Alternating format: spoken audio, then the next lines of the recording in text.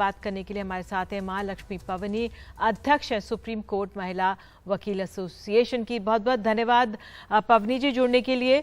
ये जो फैसला कोर्ट ने सुनाया है ऐतिहासिक है और अपने आप में एक 25 वर्षीय अविवाहित युवती थी जो गर्भपात कराना चाह रही थी, उनके उसमें दिया, ये बहुत अहम है। आप जरा समझाइए इसका असर क्या होगा। See, firstly, I would want to say that it is a historic and a landmark verdict which has been pronounced today by a bench of Honorable Justice Chandrachud, A.S. Bopanna and J.B. Pardiwala.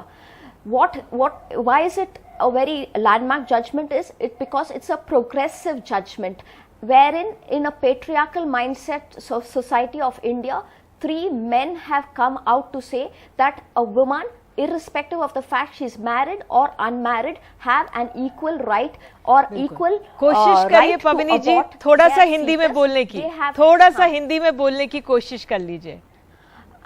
जी जी जी ना, ये बहुत महत्वपूर्ण है क्योंकि आज supreme court ने महिलाओं की शादीशुदा औरतों और अविवाहित औरतों को दोनों को उनको वो सम्मानित हक दिया है कि उनको अबॉर्शन करने की फैसला उनके हाथ में दिया गया है। और ये बहुत महत्वपूर्ण है क्योंकि इंडिया देश इज अ पेट्रियार्कल माइंडसेट, तो I mean it's totally into patriarchy, तो ये जो सोच है बिल्कुल यस पेट्रियार्कल सोच जो है इसको वो पीछे रह गया है। एंड विद मूविंग टाइम्स, बदलते वक्त के साथ इन औरतों को दोनों को एक प्लेटफॉर्म पे इक्वालिटी दी है।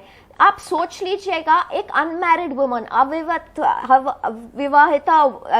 औरत को जब she has rights under the Maternity Benefit Act, under the Hindu Adoption and Maintenance Act, and she has also rights under the Hindu Succession Act, एक अनमैरिड वुमन को जब ये राइट देते हैं तो मेडिकल टर्मिनेशन ऑफ प्रेगनेंसी के act के अंदर इनको क्यों ये राइट नहीं दिया जाता? She has every right to decide कि वो उसको अबॉर्शन, गर्भ को निकालना है, साफ करना है या रखना है। उनको वो कानूनी हक दिया गया है, उनको वो हक मिला है। आज पवनी जी, हाई कोर्ट ने पहले इस केस में इजाजत नहीं दी थी, ये कहते हुए कि ये अविवाहित थी लेकिन इन्होंने संबंध अपनी मर्जी से बनाए थे, तो उस दिशा में भी एक बहुत अहम है ये जजमेंट।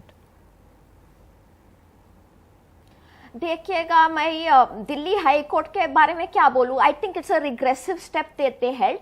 लेकिन आप देख लीजिएगा 2021 में जब ये medical termination of pregnancy act amend हुआ था, तब हस्बैंड के बदल पार्टनर को लाया गया था। ये शब्द पति को निकाल के पार्टनर को लाया गया था। 2010 में सुप्रीम कोर्ट ने लिव इन रिलेशनशिप्स को रिकॉग्नाइज किया था। जब आप लिव इन रिलेशनशिप को रिकॉग्नाइज करते हो तो एक अनमैरिड वुमन की फीटस को क्यों लीगल रिकॉग्नाइज कर नहीं सकते हो? ये गलत बात नहीं है। लिव इन रिलेशनशिप को you have brought it within the purview of the domestic protection of domestic violence act of 2005, but why aren't you allowing a woman to do whatever she wants? Give her the decision autonomy over her own body।